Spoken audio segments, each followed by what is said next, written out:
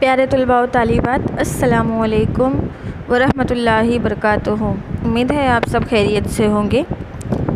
हम पढ़ रहे थे सबक नंबर 3 धाते और अधाते, धातुओं अने अधातुओं। इससे पहले कि 5 हिस्सों में हमने काफ़ी कुछ मालूमात फराहम की, जिसमें 22 अनासिर जो है वो धाते हैं और ज़्यादातर अनासिर जो है वो अधातों की खुसूसियात में दस्तयाब होते हैं। दूसरा पॉइंट था चट्टानें हमें हमेशा धातें हमें हमेशा चट्टानों से हासिल होती है और ज़्यादातर धातें जो है वो मुरक्कबात की शक्ल में पाई जाती है और ये मुरक्कबात को मादनियात कहते हैं। और ऐसे मादनियात जिनमें धातों की मिकदार ज़्यादा होती है उन्हें कच्छ धात कहते हैं। अब इसी तरीके से बॉक्साइट जब ये ज़मीन में से दस्तयाब होते हैं कच्छ धात की शक्ल में तो इनके नाम कुछ और होते हैं, और फिर जब इनको खालिस कर दिया जाता है तो इनके नाम कुछ और कर दिए जाते हैं। जैसे कि बॉक्साइट जो है ये कच्छ धात का नाम है, लेकिन जब इसको मुकम्मल तौर पर खालिस कर लिया जाता है तो उसका नाम हो जाता है एल्यूमिनियम, और एल्यूमिनियम में से बाकी जो कच्छ धात बचती है उसे नाम दिया जाता है हेमेटाइट। तो इसी तरीके से जो हेमेटाइट है वो लोहा है, उसका असल नाम जो हो जाएगा खालिस करने के बाद लोहा। समंदर के पानी में से भी हमें धातें हासिल होती है, जैसे नमक NaCl, जो मैग्नीशियम क्लोराइड MgCl2, तो बाद में फिर वो CaCl2 कहलाता है, यानी मैग्नीशियम कैल्शियम क्लोराइड, है ना। फिर उसके बाद हमने पढ़ा था धातों की तबई खुसूसियात। तो धातों की तबई खुसूसियात के अंदर भी हमने 5 खुसूसियातें उनकी पढ़ चुके हैं कि धातें जो है वो चमकदार होती है उनकी सतह, और ये आवाज़ पैदा करती है, और इनकी चमक जो है वो खालिस चमक होती है, ये ठोस हालत में पाई जाती है। और कुछ धातें जो है वो नरम हालत में पाई जाती है जिसे चाकू से काटा जा सकता है। ये तार पजीर होती है, इन्हें हम हथौड़ी से ठोक पीट कर इन्हें कोई भी एक शक्ल दे सकते हैं। कुछ धातें बिजली की अच्छी मौसल होती है जिससे बिजली बआसानी गुजर जाती है, और कुछ चांदी तांबा जो है ये बर्क का अच्छा मौसल है, और लीड और पारा ये बर्क का कमज़ोर, यानी इसमें से बहुत कम मिकदार में बर्क गुजरती है। इसी तरीके से धातों की कसाफत ज़्यादा होती है, यानी ये वज़न में भारी होती है। फिर हमने अधातों की खुसूसियात पढ़े थे, अधातों की तबई खुसूसियात।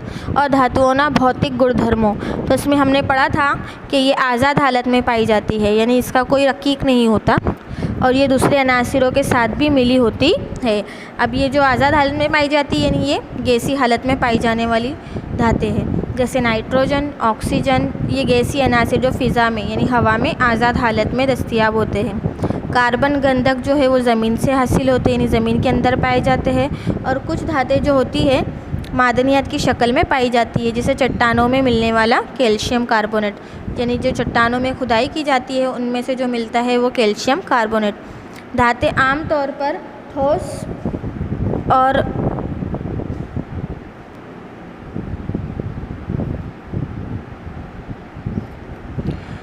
इसी तरीके से अधात जो है वो कसाफत में कमज़ोर होती है, इनकी तार पजीरी नहीं की जा सकती।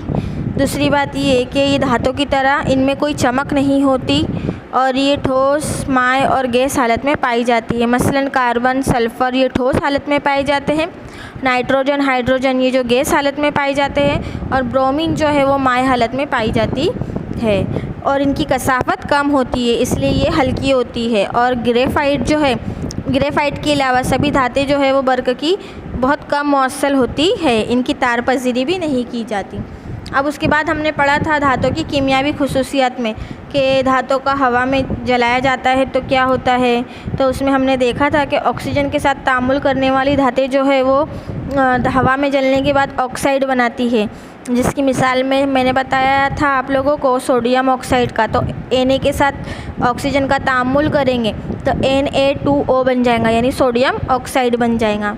तो इसी तरीके से वो पानी में घुलकर असास बनाती है, यानी धातें जब पानी में घुल जाती है तो धातों का ऑक्साइड बनाती है।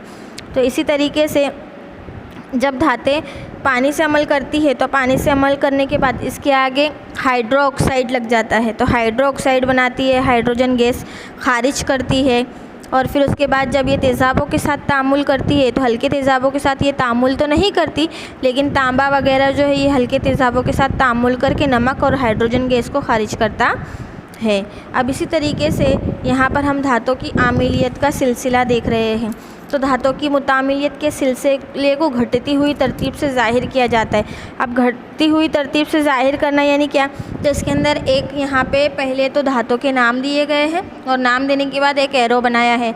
तो इसको जैसे हमने मैथमेटिक्स के अंदर चढ़ती क्रम और उतरते क्रम में देखा ना, जैसे 1 2 3 4 5 ये क्या है, चढ़ता क्रम, और उतरते क्रम के अंदर कैसे है 10 9 8 7 इस तरीके से। तो इसी तरीके से जो सबसे कम तामुल करती है तो वो उतरते क्रम में रखा है। यानी ये जो सोना है Au सोना, Ag पारा, कॉपर, हाइड्रोजन, लीड, आयरन, ये सबसे कम जो तामुल करती है वो सोना, फिर उसके बाद सिल्वर, उसके बाद पारा, उसके बाद कॉपर, फिर उसके बाद हाइड्रोजन, फिर लीड, फिर आयरन, फिर जिंक, फिर एल्यूमिनियम। तो यानी यहाँ से बढ़ते बढ़ते बढ़ते ये जो है उसको घटती हुई तरतीब से लास्ट में आता है जो सबसे ज़्यादा मुतामिल यानी सबसे ज़्यादा किसी दूसरे के साथ मिलकर तामुल करती है, तो वो धात के साथ इसको मिलाया जाता है, वो धात के साथ इसका शुमार किया जाता है।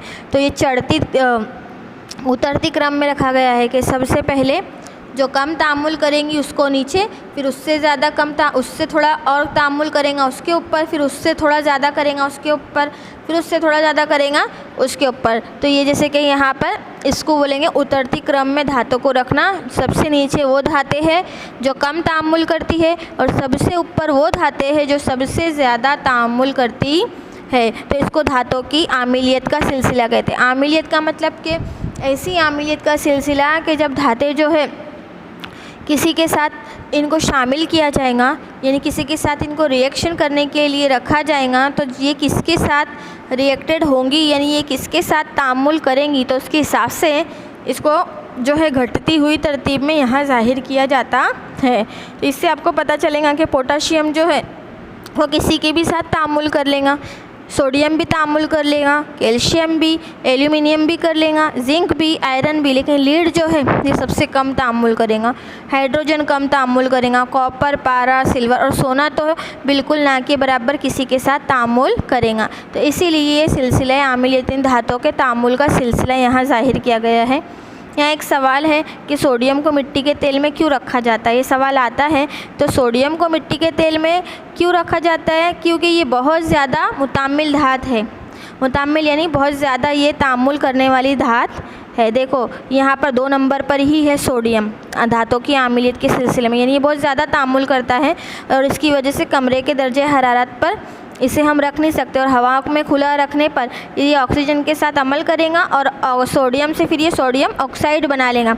इसको इस अमल से बचाने के लिए मिट्टी के तेल में रखा जाता है ताकि ये सेफ़ रहे। अगर इसको मिट्टी के तेल में नहीं रखा जाएगा तो ये कमरे के दर्जे हरारत के साथ भी तामुल कर बैठेगा और जब ये हवा के साथ तामुल करेगा तो ये सोडियम से सोडियम ऑक्साइड बन जाएगा, जिसकी वजह से इसको मिट्टी के तेल में रखा जाता है। क्यों? क्योंकि ये धातु की आमीलियत में दूसरे ही नंबर पर है, यानी सबसे ज़्यादा तामुल करने वाला होता है। अब इसी तरीके से यहाँ पर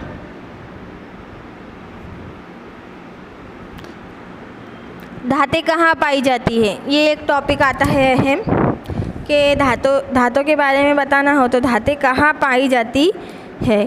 तो ज़मीन की ऊपरी सतह, अब ऊपरी सतह तो हम समझते हैं जिसे हम देखते हैं, तो वो ज़मीन की ऊपरी सतह धातों का सबसे बड़ा ज़रिया है। यानी वहाँ से लेकर तो समंदर की धातें, समंदर में जो धातें हमें हलपज़िर नमक की शक्ल में धातें हमें समंदर से हासिल होती है, जैसे सोडियम क्लोराइड और मैग्नीशियम क्लोराइड की शक्ल में पाई जाती है। अब कोई पूछे कि समंदर में से धातें कैसी शक्ल में दस्तयाब होती है, तो समंदर में से जब धातें दस्तयाब हो रही है तो वो सोडियम और मैग्नीशियम क्लोराइड की शक्ल में पाई जाती है। और अनासिर और मुरक्कबात जो ज़मीन के अंदर कुदरती तौर पर पाए जाते हैं मादनियात कहलाते हैं। यानी जो अनासिर ज़मीन के अंदर कुदरती तौर से हमें हासिल होते हैं वो मादनियात कहलाते हैं। और जिन मादनियात में धातु की मिकदार बहुत ज़्यादा होती है फिर उन्हें हम फ़ायदेमंद तरीके से हासिल करते हैं और उन्हें कच्छ धात कहते हैं। अब कच्छ धात कहते हैं मतलब क्या कि जब ज़मीन में से कोई धात दस्तयाब हो रही है तो दस्तयाब होने के बाद क्या किया जाता है, वो धातों को अलग कर लिया जाता है अपने फ़ायदे के लिए। कि लोहा हम देखते हैं आजकल कितने फ़ायदेमंद में, लेकिन जब वो ज़मीन में से निकलता है तो वो बॉक्साइट की शक्ल में होता है।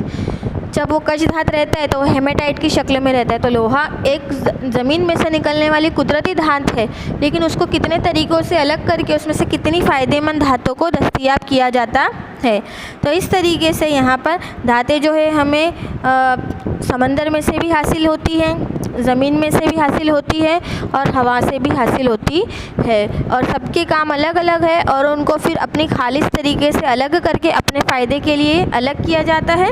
और अलग करने के बाद जिसमें जितनी ज़्यादा मिक़दार के अंदर जो धातों का हिस्सा होता है उतनी ज़्यादा मिक़दार से उसको अलग करके फिर उसको दूसरे तरीके से हम अलग कर लेते हैं। तो इस तरीके से ये आज के टॉपिक में इतना ही। उम्मीद है आपको ये समझ में आया होगा। अगर कुछ नहीं समझ में आता है तो आप लोग मैसेज करें, पूछ सकते हैं। और इस सबक की PDF सेंड कर दी गई है, सारे सवालात के जवाबात दिए गए हैं PDF में। बराए मेहरबानी बच्चों अपनी नोटबुक में लिख लो, क्योंकि ये आपका इम्पोर्टेंट लेसन है, ये इम्तिहान में भी आने वाले हैं।